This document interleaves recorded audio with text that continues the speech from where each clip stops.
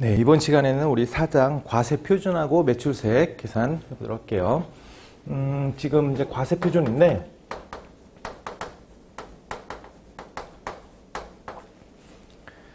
첫 번째 나온 우리 과세 표준에 우리 신고 이제 그 서 같은 이제 양식을 한번 보고 나서 이제 한번 보도록 할게요. 일단 과세되는 금액은 이 네 가지로 이제 우리가 분류를 해서 넣을 거고, 영세율도 있어요. 영세율도 두 가지로 분류해서 넣을 건데, 그 첫 번째가 이제 세금 계산서예요. 세금 계산서 발급분 얼마니? 그래서 세금 계산서를 발급한 우리 과세분은 다 여기다 넣으셔야 되고, 영세율도 세금 계산서 발급분이 있죠. 그래서 요 세금 계산서 발급분이 있는데, 요 세금 계산서 발급분은 앞에서 영세율 할 때 배운 것처럼 특별히 정해져 있어요. 원래 영세율로 우리 수출하게 되면 세금서 발급을 안 하는데 이제 기타분이죠. 세금서 발급해야 되는 예외적인 사항이 있으니까 그렇게 한번 보시고, 두 번째 우리 매입자 발행 세금 계산서라고 해서 원래 얘가 위에 있다가 밑으로 다시 이제 분류가 되는데, 이거는 뭐냐면 매입자가 매출자가 세금 계산서 발행을 안 해준대요. 그래서 매입자가 우리 세무서장에게 우리 신고를 해서 이제 확인을 받으면 매입자가 발행해 줄 수 있는 세금 계산서가 있어요. 그걸 매입자 발행 세금 계산서라고 하고, 이거는 이제 확인 사항이 있고, 매입세액에서 제가 간단히 소개해 드릴게요. 얘네들은 특징이 10만 원이 넘는 건에 대해서 과세 기간이 끝나고 3개월 이내에 발행을 할 수 있는 특징이 있어요. 그 정도만 아셔도 되는데, 그때 한번 다시 한번 보도록 할게요. 세 번째로 신용카드예요. 신용카드 현금 영수증에 대한 매출. 신용카드하고 현금 영수증이 우리 발행이 되면 그 금액 매출은 여기다 넣을 거고, 나머지 이제 기타분인데, 이건 세금 계산서 발급을 안 한다는 소리예요. 그러면 이건 따로 여러분들 나중에 세금 계산서 발급 면제라는 우리 세금 계산서 5장에서 파트에서 배울 건데, 그 부분이 일로 들어간다고 보시면 돼요. 그래서 얘네들 과세 표준이 이렇게 들어오는데, 과세 표준은 당연히 금액이 들어가죠. 예를 들어서 금액이 이렇게 들어갈 건데, 이 중에 매출세액은 제가 뭐 쓰진 않겠지만 얘네들은 10%, 얘네들은 0% 이렇게 들어가서 매출세액 금액이 들어가는 거죠. 그래서 이렇게 들어가시면 되고, 추가적으로 두 가지가 또 뭐가 있냐면, 우리 법인 같은 경우는 예정신고를 했었어야 돼요. 예정신고를 했었어야 되는데, 예정신고가 누락돼서 나오는 경우가 있어요. 누락돼서. 그러면 지금 확정신고 할 때 누락분을 넣어달라는 거죠. 그러면 여기 매출세액 잠깐 써볼까요? 이게 매출세액 쓰면 예정신고 누락분이 여기로 들어가요. 누락분이 들어가고 중간에 세율이 들어가는 건데, 세율은 안 들어가겠지만 매출세에 여긴 들어가겠죠. 이렇게 차이가 여기서 들어가는 금액은 영세율 누락분, 과세 누락분 둘 다 들어갈 수 있잖아요. 그래서 얘네들은 무조건 10%는 아니에요. 그래서 여기서 들어온 금액하고 여기서 들어온 금액이 같이 들어갈 수 있으니까, 그때는 이제 요거는 영세율이니까 안 들어가고 여기서 나온 누락분만 들어가면 되겠다. 요게 하나 있고, 그 다음에 이제 우리 여기서 마지막에 배울 건데, 이 대손세액 공제라는 게 있어요.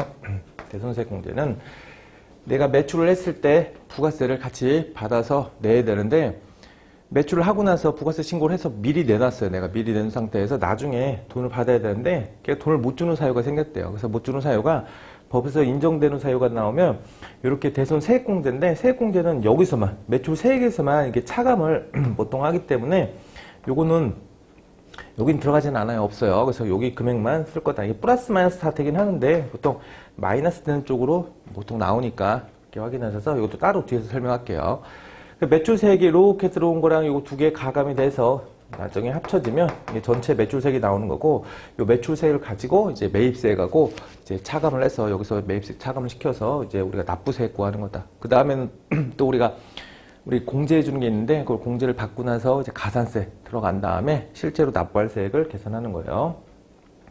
그 밑에 있는 내용 한번 그 산식에 있는 요거 표에 있는 거 한번 잘 확인하시고, 이제 밑에 이제 우리 뭘 배울 거냐면 이제 요거예요. 요거 얘네들 금액을 어떻게 정할 거냐. 그래서 과세표준 얘기인데, 이 과세표준이 내용이 다양하니까 여러분들 이제 그 중에서 중요한 것도 있고, 그래서 한번 보시면, 일단 과세표준 중에서 중요한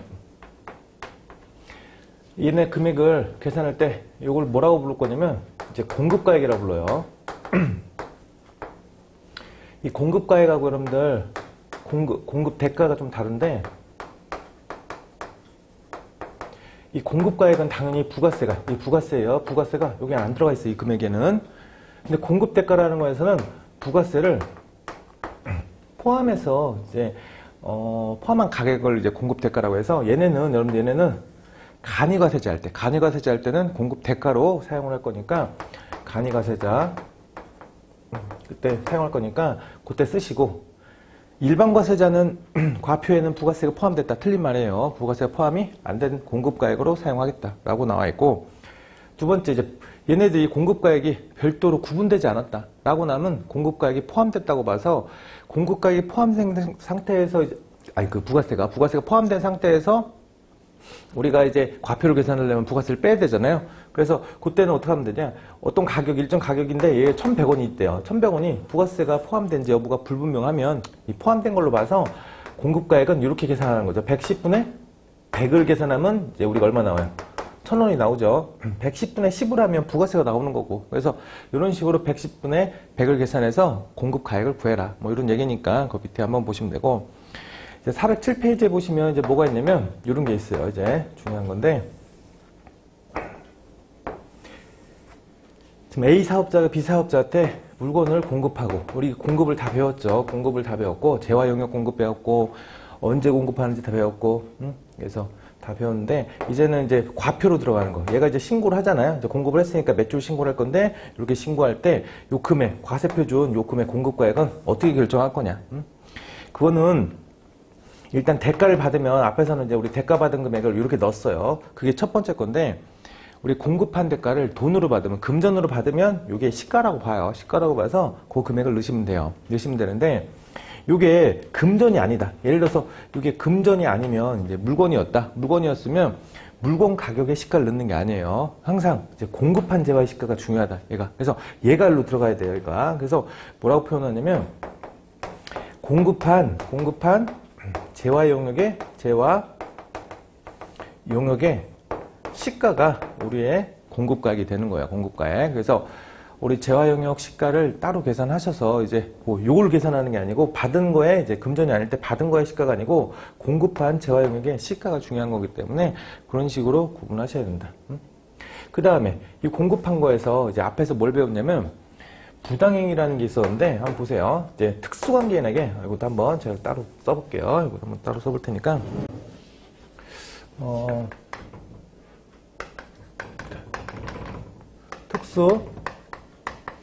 특수관계인에게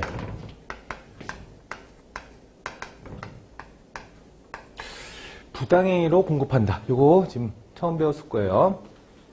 일단 특수관계인은 뭐냐면 이제 여기 세 가지가 있어요. 여러분들이 필요한 거, 임직원. 우리 회사의 임직원은 특수관계인이에요. 그 다음에 우리 회사의 주주. 그 다음에 친인척.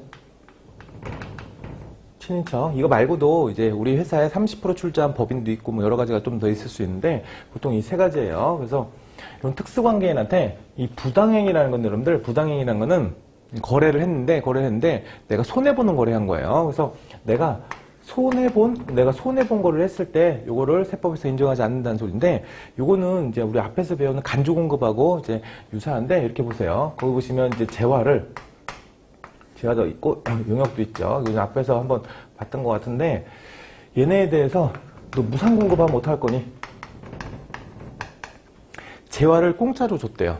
누구한테? 특수관계인한테. 이거는 솔직히 특수관계인이 아니어도 우리 이제 간주공급이라는 게 있기 때문에 적용이 되긴 하는데, 특수관계인한테 무상공급했다. 그러면 우리는 시가로 과세를 한다는 거죠. 시가로. 그래서 공짜로 줬을 때 우리가 시가로 과세한다. 이런 게 하나 있고, 용역을 무상공급했다. 내가 회계 서비스를 공짜로 제공을 했어요. 그럼 얘네들은 원칙은 과세를 하지 않아요. 이렇게 원칙을 과세를 하지 않는데, 예외적인 게 하나 있다고 했죠. 예외적인 거, 우리가 이제 특수관계인한테 플러스 사업용 부동산인데, 사업용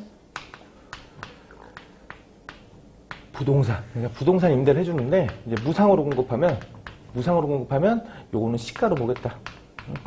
이렇게 이런 예외사항이 있어서 이건 굉장히 중요한 거예요. 그래서 특수관계인에게 사업용 부동산을 무상으로 주면 시가로 과세를 따로 하는 예외가 있다.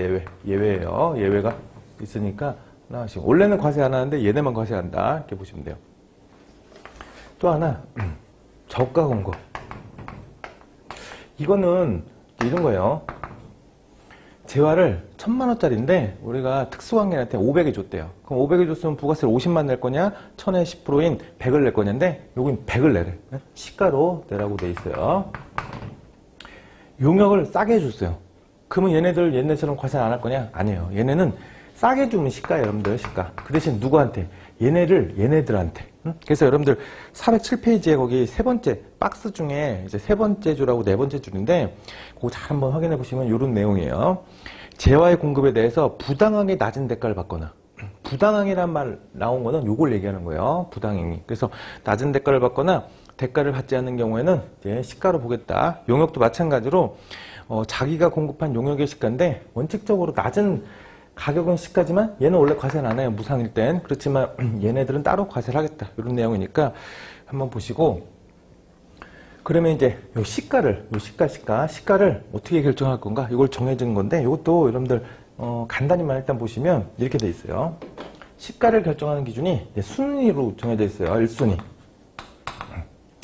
제3자의 내가 공급한 3자 가격이에요. 이렇게.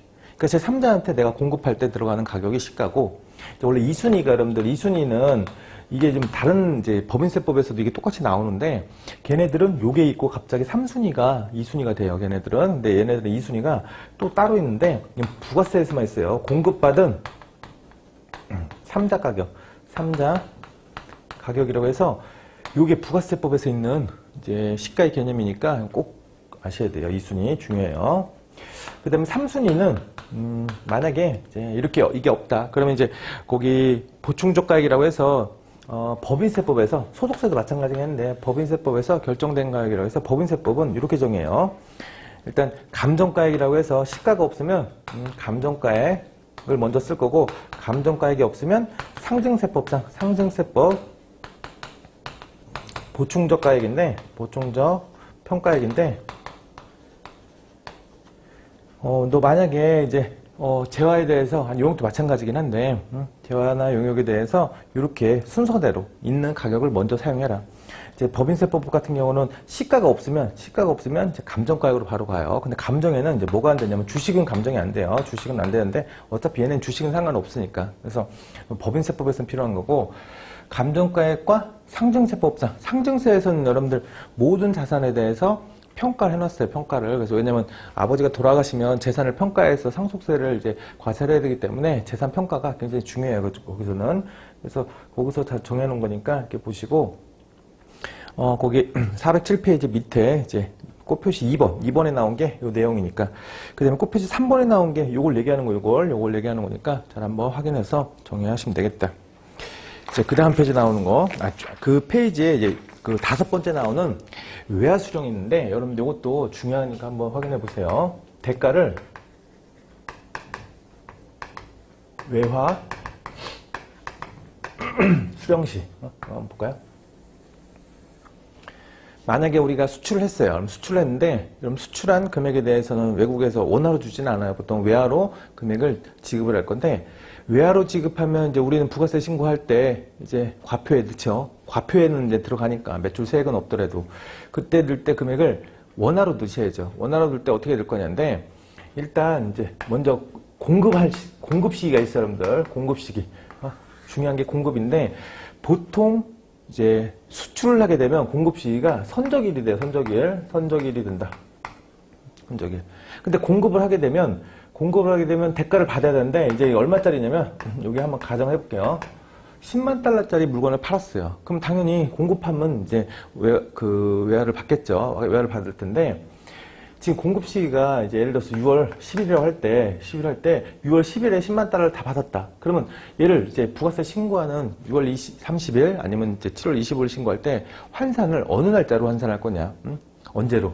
공급 시기, 요 공급 시기에 우리 기준 환율, 재정 환율로 환산할 거예요. 그래서 요 시기에 환율로 환산하는 게 맞다. 근데 여기서는 뭐가 문제냐면 공급 시기 이전에 대가를 이제 외화로 받았을 때 외화로 받은 금액이 원화로 환전되는 경우 있어요. 예를 들어서 여기서 2만 달러를 먼저 받았어요. 그래서 5월 10일 날 먼저 받고 6월 10일 날 나머지 8만 달러를 이렇게 받았을 때 환율이 예를 들어서 여기는 이제 예를 들어서 1달러에 1,000원짜리다.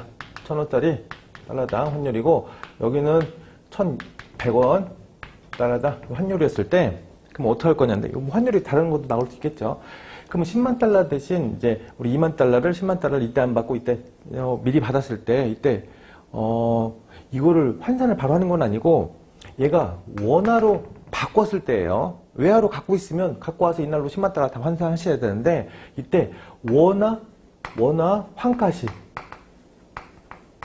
바로 바꿨대요.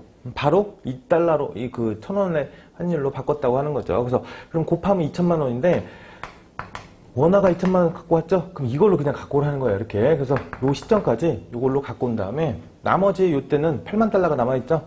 8만 달러는 이제 환율이 요걸로 들어가셔야지. 공급시 환율. 그래서 1,100원으로 계산해서 8,800만 원인가요? 그래서 이렇게 들어가면 부가세 신고할 때 6월 30일에서 7월 25일 날 들어가는 금액에서는 요 두 개 합한 108이 이제 부가세 신고가 들어가는 거예요. 108이. 그래서 이런 식으로 대가를 외화 수령 시 이렇게 환산할 건데 그걸 뭐라고 표현되는지 한번 볼게요.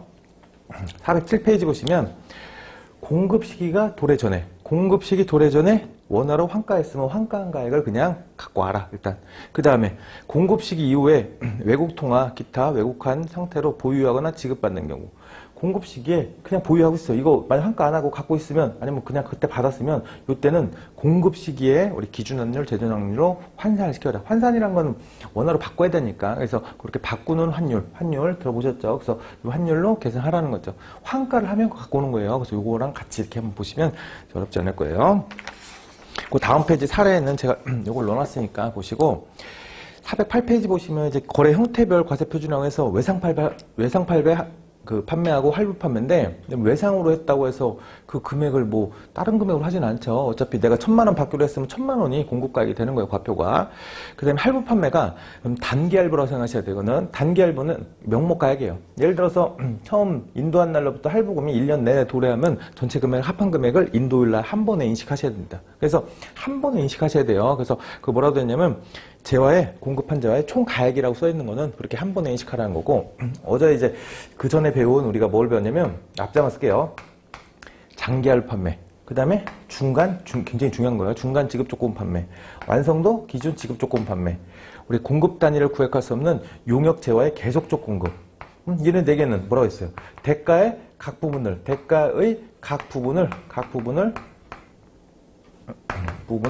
받기로 한 때죠. 그래서 받기로 한 때인데 요거는 뭐냐면 이제 우리가 약정한 그러니까 예를 들어서 이제 언제 받기로 약정이 돼 있으면 그때 받는 날짜로 세금세 발급도 하고 우리 공급 시기별 때 배웠으니까 그 금액을 그때 받기로 한 금액을 우리가 그 상당액을 공급가액으로 해서 이제 과표로 넣겠다 그런 내용이에요. 그래서 그렇게 보시고 그 중간에 특정 용역 이것도 배웠죠. 우리가 헬스클럽을 이용할 때 특정 용역에 대해서 두 과세기간에 걸쳐 있어요. 그러면 그걸 어떻게 한다?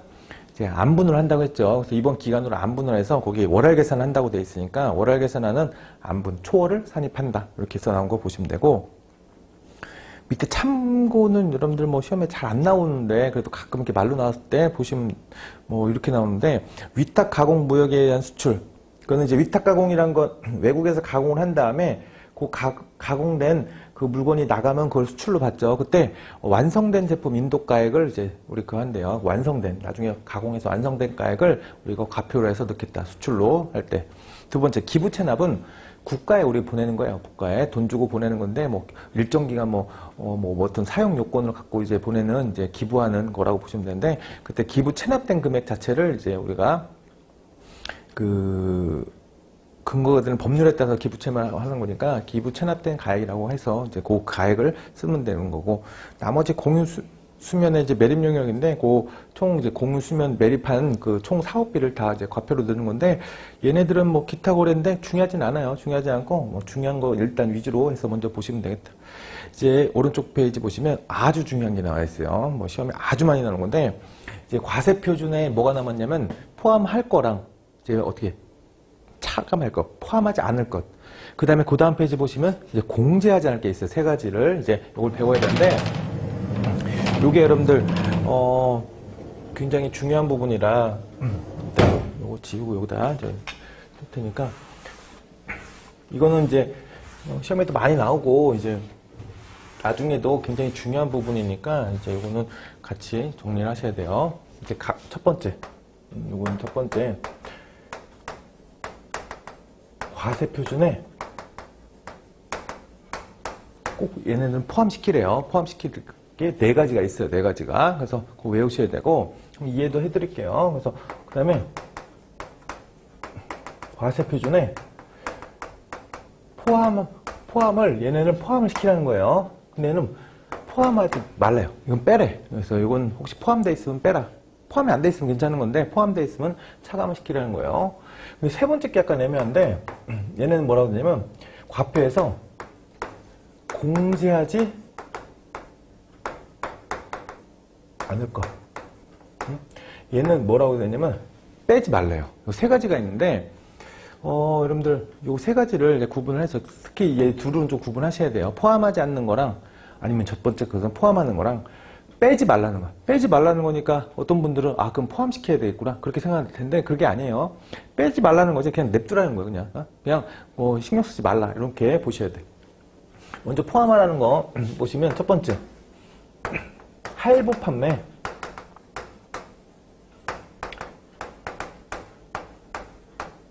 이자 상당액이다. 예를 들어서 이제 우리가 장기 할부를 했어요. 그래서 장기 할부를 했는데 이렇게 됐죠. 이거 잠깐 썼다 지울게요, 여러분들. 이거는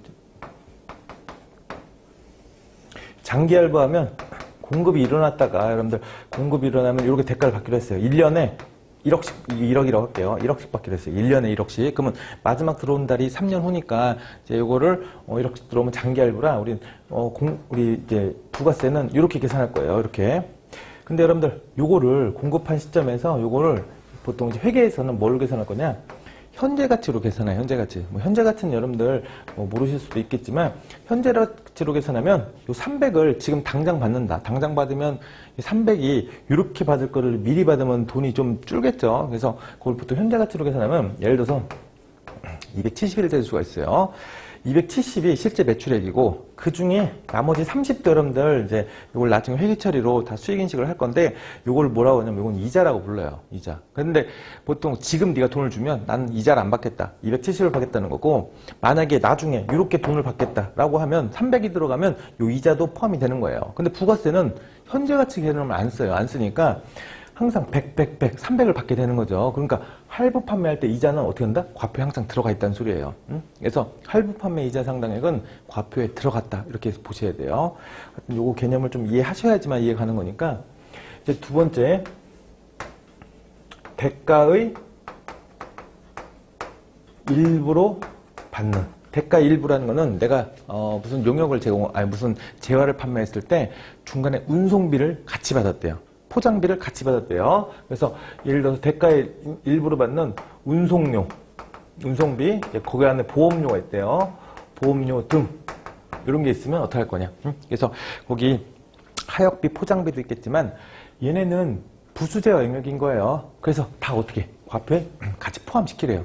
굳이 구분해서 떼서 계산하지 마시고 그냥 운송료, 보험료, 하역비, 포장비 있으면 다 포함해서 계산해라. 뭐 이런 개념이고, 세 번째 이런 거죠. 이건 뭐 다 쓰면 복잡하니까 예를 들어서 개별 소비세, 주세, 교통, 에너지, 환경세.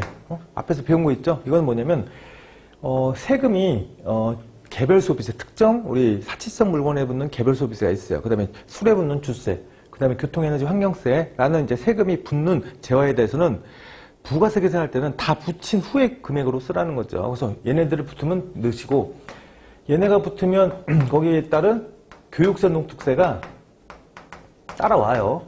얘네가 붙으면 교육세, 농특세가 따라올 건데, 과표는 얘네를 다 붙인 가격의 10%가 과표다. 응? 이게 뭔 소리예요? 부가세는 마지막에 붙인다는 거죠. 그러니까 부가세가 더 커질 수밖에 없죠.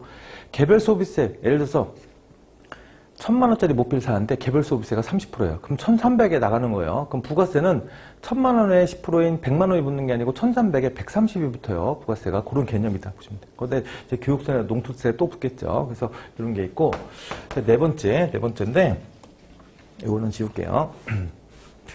이제 마일리지가 있어요. 이게 마일리지가 여러분들 최근에 개정이 돼서 마일리지가 다 이제 포함되는 건 아니고 이제 두 가지 마일리지가 있는데, 여러분 책에는 제가 다음 페이지에다 넣어놨어요. 다음 페이지 보시면 마일리지 관련해서 넣어놨는데 그 참고에 넣어놨죠. 그래서 그냥 이제 이렇게 보시면 돼. 이해만 하시면 되는데, 일단 첫 번째 마일리지를 적립할 때가 있어요, 여러분들. 내가 한번 생각해 보시면 빵집이에요, 빵집. 그래서 뚜레쥬르라고 하면 뚜레쥬르를 해서 이제 마일리지 뭐 적립하시겠습니까? 이러는 거죠. 일단 적립해서 이제 우리가 나중에 사용할 수 있는 이제 그 적립을 해줄 건데, 적립을 할 때 그러면 1,000원짜리 이제 물건을 판 다음에 100을 적립해 줬어요. 그러면 우리의 매출은 900일까요? 1000일까요? 당연히 1000이죠. 매출은 1000만큼 했으니까 적립은 상관이 없어요. 적립은 아무런 상관이 없다. 이제 빼면 안 돼요. 차감시키면 안 돼요. 그래서 적립은 아무런 이제 그 과표랑 상관이 없는 상태에서 적립된 마일리지를 이제 사용할 거죠. 걔네들이 와서 사용할 건데, 두 가지가 있어요. 하나는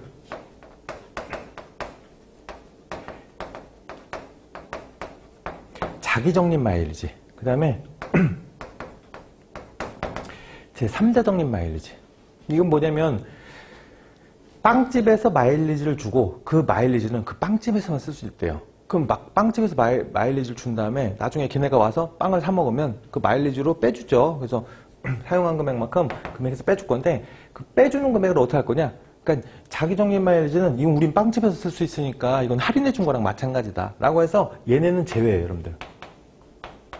제외. 요게 원래 여러분들 마일리지는 다 포함이었다가 바뀐 게 얘네예요. 제외고, 이건 뭐냐면 제 3자 적립 마일리지라고 해서 신용카드사에서 내가 만약에 N포인트로 막 빵을 먹겠습니다. N포인트에서 그걸 썼어요. 그러면 걔네 입장에서는 N포인트만큼 그거 썼을 때 이제 그 금액만큼 일단 금액에서 차감은 해주지만 나중에 그 N포인트에 대한 금액을 어떻게 해요?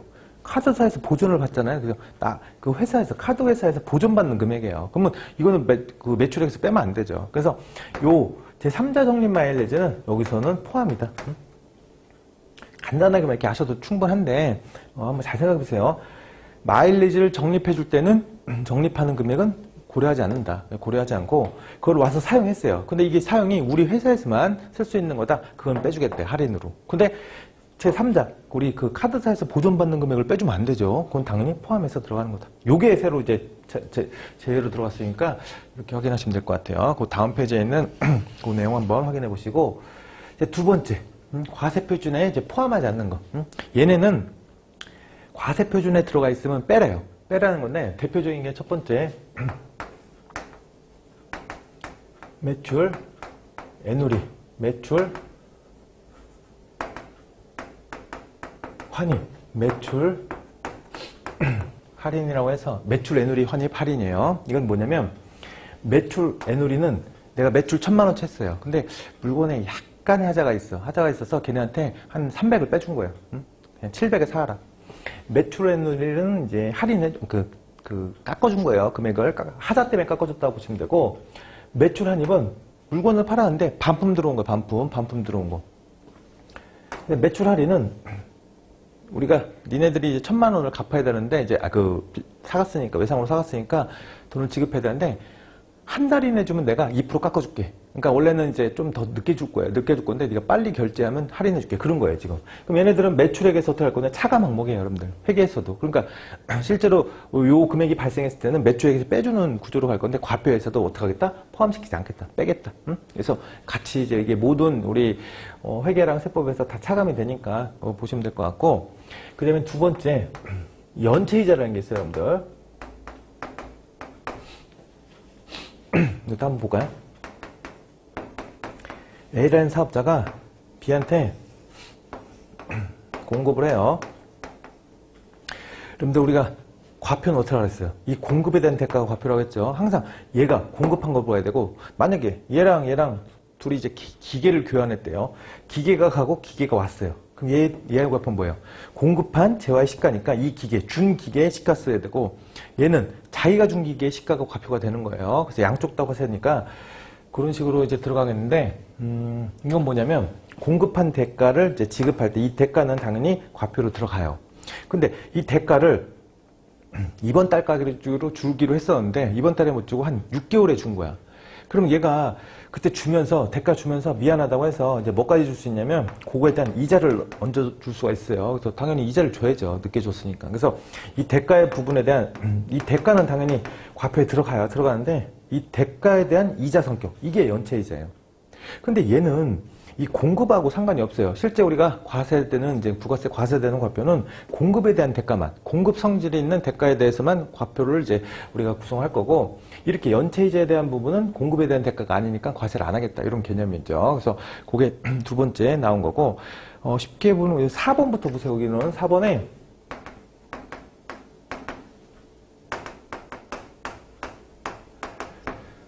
이것도 같은 성격이니까 뭐라고 됐냐면 공급받는 자에게 얘가 일로 들어갔는데 도달하기 전에, 여기 도달하기 전에 뭐라고 했냐면 파손부패가 일어나서 도달이 안 됐대요. 도달이 안 됐대. 그래서 그런 부분이고, 그때 얘가 이제 미안하다고 손해배상금을 지급할 수 있고, 반대로 나중에 반대 얘가 또 손해배상금이 나갈 수도 있어요. 어떤 잘못된 하자로 인해서. 그러면 둘 다 손해배상금이 이렇게 들어갔어. 손해배상금이 지금 여기서는 얘가 공급을 못해서 손해배상금을 지급했는데, 이 손해배상금이다.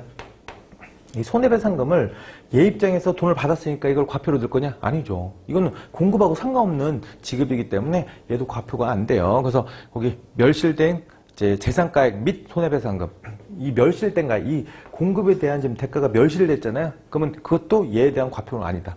그럼 지금은 양쪽이에요. 얘에 대한 과표가 아닐 수도 있고 얘 거 공급한 멸실된 가액은 얘가 과표가 아닌 거고, 손해배상금을 받아왔다. 그러면 얘도 과세가 아니에요. 그래서 그럼 손해배상금 공짜로 받은 돈에 대해서는 과세 안 해요. 그거는. 그래서 안 할 거고, 얘도 마찬가지예요. 여기는 멸실된 가액이라고 나왔네요. 그래서 손해배상금도 마찬가지고, 그거에 대한 멸실된 재화 가격이에요. 재화 가액도 우리 과표로 넣지 않겠다, 이렇게 나와 있죠. 그 다음에 이제 네 번째 건데, 그 2번에 나온 건데, 공급과 관련 없는 국고보조금 등인데, 우리가 이제 국가에서 국고보조금 받을 때가 있어요. 그래서 국고보조금 돈을 받았잖아. 돈을 받았으니까 부가세 내야 됩니까? 아니, 재화랑 상관없이 대가 성격이 아닌 것들은 우리가 국고보조금 받아도 과표로 넣진 않아요. 그래서 거기 재화 영역 공급과 직접 관련 없는 국고보조금, 공공보조금은 우리 상관이 없다. 마지막으로 이제 하나만 더 하셔도 되는데, 6번에 있는 종업원에 대한 대가는 모르셔도 돼요. 그냥 제가 간단히만 설명할 테니까, 일단 반환조건부라고 써있어요. 반환조건부, 용기, 대금 등이에요. 포장비용도 마찬가지인데, 내가 이런 거죠. 이제 공급을 받았어요. 공급을 받았는데, 얘 입장에서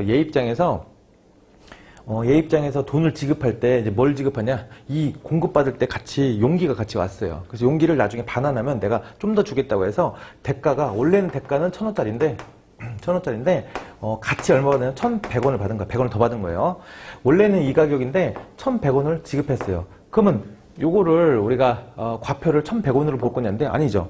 이 100원은 무슨 조건부야? 반환 조건부니까 얘가 용기를 갖다 주면 얘는 대가로 100원을 줄 거죠. 그렇게 줄 거기 때문에 이 100원은 빼셔야 돼. 그래서 1,000원만 우리가 과표로 들어가야 되고, 그때 반환 조건부가 되지 않았을 때, 네?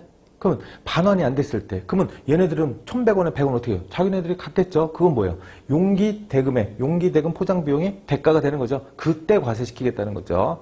그래서 반환이 안 된 금액에 대한 우리 대가는 나중에 과세를 따로 해요. 따로. 그래서 지금 일반적인 반환 조건부가 들어가면 용기 대금 포장 비용 같은 경우는 과세를 하지 않겠다. 이해하시겠어요? 그래서 그 부분까지 한번 확인해 보시고, 그 6번은 그런 거예요. 우리 종업원들을 이제 여러분들이 한번 요 그림으로 이제 요 간단히 보시면, 만약에 여러분들이 이제 좀 비싼 우리 그 커피숍이나 레스토랑을 가면 이제 계산서가 나와요. 계산서가 나와요. 그러면 이제 그 가격으로 둘이 커피를 마셨더니 4만 원이래. 네? 굉장히 비싼 커피를 마셨어요, 지금. 4만 원인데, 그럼 부가세를 붙여야 되잖아요. 근데 문제가, 이 비싼 데는 종업원의 봉사료가 들어가요. 보통 봉사료가 20%가 들어가요, 예를 들어서. 그러면 428, 8천 원이 이렇게 붙은 거지, 지금. 그러면 이제 부가세를 붙여야 되는데, 부가세가 둘 중에 하나예요, 이게. 여러분들이 딱 봤을 때, 부가세가 요거의 10%에 지금 4,800원이 들어올 때가 있고 4,000원이 들어올 때. 보통 얼마가 들어오냐면 이제 둘 중에 하나가 들어올 건데 이 4,000원이 들어갔다. 그 소리는 뭐냐면 봉사료가 부가세에서 빠졌다는 거예요. 부가세 계산 과표에서 4,800원은 포함됐다는 소리고. 그래서 그 내용인데 이제 요게 부가세가 봉사료가 부가세에서 빠지려면 제외가 여기 있잖아요. 제외하려면 일단 이런 거예요. 요 봉사료를 직접 종업원한테 지급도 해야 되고 그 다음에 이제 대가가 과세가의 20% 이상을 봉사료로 책정되면서 직접 지급이 되면 이렇게 부가세에서 빼주겠대요.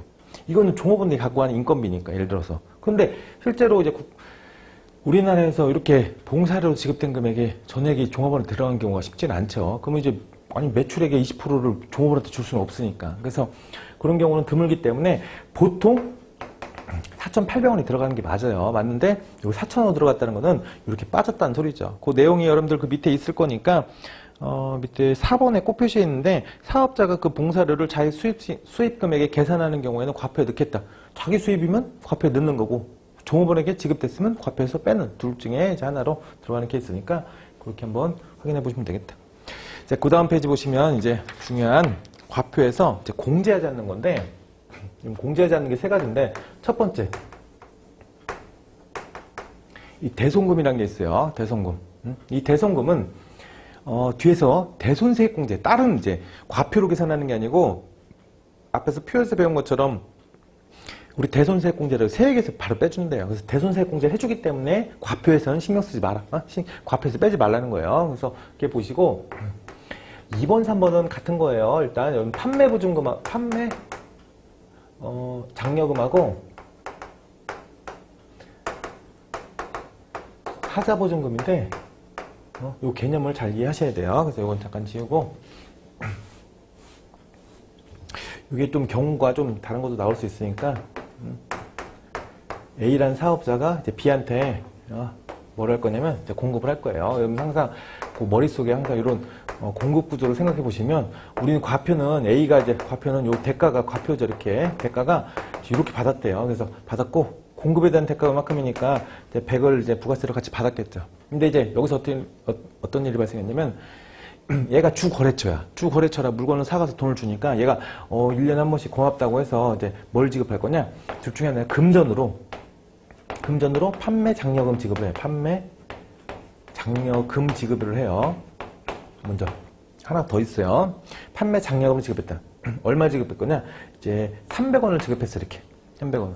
그럼 예를 들어서 매출은 1000이 일어났고 300원이 지급됐으면 얘의 과표는 A의 과표예요. 지금 A의 과표는 1000일까요? 이제 1000원에서 300원을 줬으니까 700을 자기가 가진 거잖아요. 700일까요? 아니, 과표는 1000이죠. 1000. 왜냐면 이 300은 이 공급하고는 상관없어요. 그냥 얘가 고마워서 준 거야. 그냥 준 돈이니까 공급에 대한 대가를 차감되는 금액은 아니다. 응? 그래서 뭐라는 거야? 공제하지 말라는 거지 이 대가에다가 300원을 더하라는 소리가 아니죠. 아니면 빼지 말라는 거지. 예? 그래서 얘의 과표는 얼마다? 1000원이다. 응? 공제하지 말라. 판매장려금. 하자보증금도 마찬가지예요. 나중에 공사가 다 끝난 다음에 하자보증금 이제 지급이 되면 그것도 이제 그 전에 용역하고 상관없기 때문에 과표랑은 상관없다. 그래서 그렇게 확인하시면 되고, 근데 판매장려금이 두 가지가 있어요. 판매장려금을 지급할 때가 있고, 이제 물품을 지급할 때 있어요. 물품. 판매장려 금품이라고 보통 표현하는데 판매장려 금품 지급을 했어요. 이렇게 거래처에. 그럼 이건 앞에서 배운 건데 여러분 판매장려 금품은 물건으로 준 건데 얘가 무슨 이제 냉장고를 사다가 준 거예요. 아니면 이제 제품을 뭐 좋은 제품을 사다가 준 거예요. 그러면 이거는 이제 뭐가 되냐? 얘네는 사업상 증여가 돼요. 사업상 증여가 돼서 간주 공급이 일어나는 거예요. 이거는 이거랑 이것도 상관없이 이걸로 그러니까 둘 다 이거랑은 상관없지만 이거는 판매장려 금품은 사업상 증여로 봐서 우리가 뭘로 할 거다? 시가로 과세를 할 거야. 시가로 과세할 거야. 그래서 여러분들 이거는 달라요. 똑같이 판매장려 금품 시가가 300원이었으면 얘로 지급되면 과표가 1000이고 사업상 증여는 판매장려 금품을 300짜리를 지급했으면 시가가 그러면 과표가 300이 돼야 돼요, 지금. 왜? 2,000원하고 이것도 과세해야지. 판매 장려 금품이니까. 그래서 판매 장려 금 지급, 얘는 아무런 공제하지 않는 사항이 되고, 판매 장려 금품 지급하면 사업상 징여로 따로 300은 따로 과세하는 거예요. 그래서 1,000하고 300이 같이 들어간다.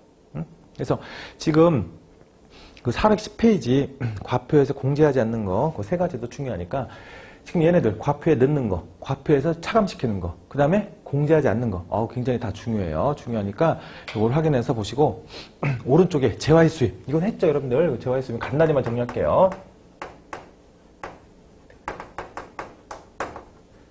제가 이제 앞에서도 똑같이 얘기했는데 이 보세구역에 들어오면 재화의 수입이 된다고 했죠. 그래서 보세구역에 들어온 물품이 보세구역에서 보세구역 외로 나갈 때, 보세구역 내에서 보세구역 밖으로, 밖이라는 건 국내로 들어올 때예요. 이때 재화의 수입이 일어날 거고, 이때 수입이 일어날 거고, 수입이 일어날 때 두 가지로 나눈다고 했죠. A라는 이제 사업자가 받아다가 가공해서 나갈 수가 있어요. 그래서 가공된 걸 아니면 재화를 붙여서 나갈 수도 있고, 이때 수입은 오른쪽 페이지에 있는 것처럼 먼저 세관장이에요. 그래서 이거는 두 가지인데 A가 B한테 공급되는 케이스하고 세관장이 이제 B한테 공급하는 케이스가 있어요. 이렇게. 그래서 요게 먼저 수입이고, 이게 수입이고, 요거는 재화 영역에 공급이 되는 거죠. 이 두 가지가 같이 들어갈 수 있다. 만약에 그냥 우리가 들어온 걸 그냥 직수입을 했어요. 직수입. 그러면 관세만 붙어 들어왔다. 그러면 그거는 이게 없죠. 이게 없는 상태에서 그냥 들어온 거기 때문에 그냥 세관장이 나한테 계산서 발행하고 끝날 수가 있어요. 그러면 그때 과세는 어떻게 할 거냐? 관세의 과세 가격. 이게 뭐예요? 원 가격. 그 다음에 관세가 붙죠. 세 개는 붙었어요. 그 다음에 얘가 붙죠, 지금. 개별 소비세, 주세, 교통에너지 환경세, 교육세, 농특세가 붙으면 어떡한다는 거예요? 그거 다 붙여서 그거에 10%가 부가세다는 거죠. 그래서, 근데 요거는 그 오른쪽에 나온 것처럼 이렇게 이제 구분이 되니까 그건 앞에서 보시는 대로 이제 하시면 되고, 그 다음에 얘 같은 경우는 실제 공급가액이 있으면 그 공급가액은 이제 우리 수입 세금 수입에 대한 과표가 포함된 거라고 같이 보고 이제 그걸 제외한 금액을 우리가 A에서 B 공급가액으로 해서 계산하시면 되겠다. 그래서 그 나온 거 1, 2번 한번 보시고 중간에 뭐 선화증권 양도하는 케이스라고 나오는데 하여튼 그 금액으로 할 수도 있다고 나오는데 하여튼 그거는 그렇게 중요하진 않으니까 그거는 이제 선화증권으로 이제 우리 얘네들이 이제 우리가 앞에서 제가 참고증권, 선화증권, 화물상환증이라고 해서 이제 그것도 재화의 공급으로 본다고 했죠. 그래서 그걸로 주고받았을 때는 그 가액을 우리가 공급가액으로 해서 이제 과표를 해서 이제 할 수도 있으니까 그렇게 한번 확인해 보시면 되고 여기까지 이제 여러분들 중요한 사항을 좀 설명했으니까 보시고 잠깐 쉬었다가 이제 거기 다음 이제 공급이제 과표하고 이제 우리 뭐가 남았냐면 과세표준 특례라고 해서 남았는데 특례가 이제 5가지가 있어요. 5가지인데 이게 보통 세무사나 회계사 시험 같은 경우는 계산 문제로 아주 중요하게 나오는 거지만 우리는 계산기가 없으니까 계산을 할 수가 없어요. 할 수가 없으니까 그 개념만 하시면 돼요. 계산을 못 하더라도 개념만 할 수 있고 그래서 이제 과표 이게 더 중요해요. 더 중요하고 나머지들은 제가 이제 이렇게 계산하는 거다라고 간단히만 소개해 드릴 테니까 그거 보시고 그냥 그 상태에서 말 문제 이제 어떻게 나올 건지만 확인해 보시면 돼요. 그 다음에 가장 중요한 마지막에 대손세액 공제는 중요해요. 그 대신 그래서 그거는 자세히 설명할 테니까 보시고 잠깐 쉬었다가 과표부터 보도록 하겠습니다.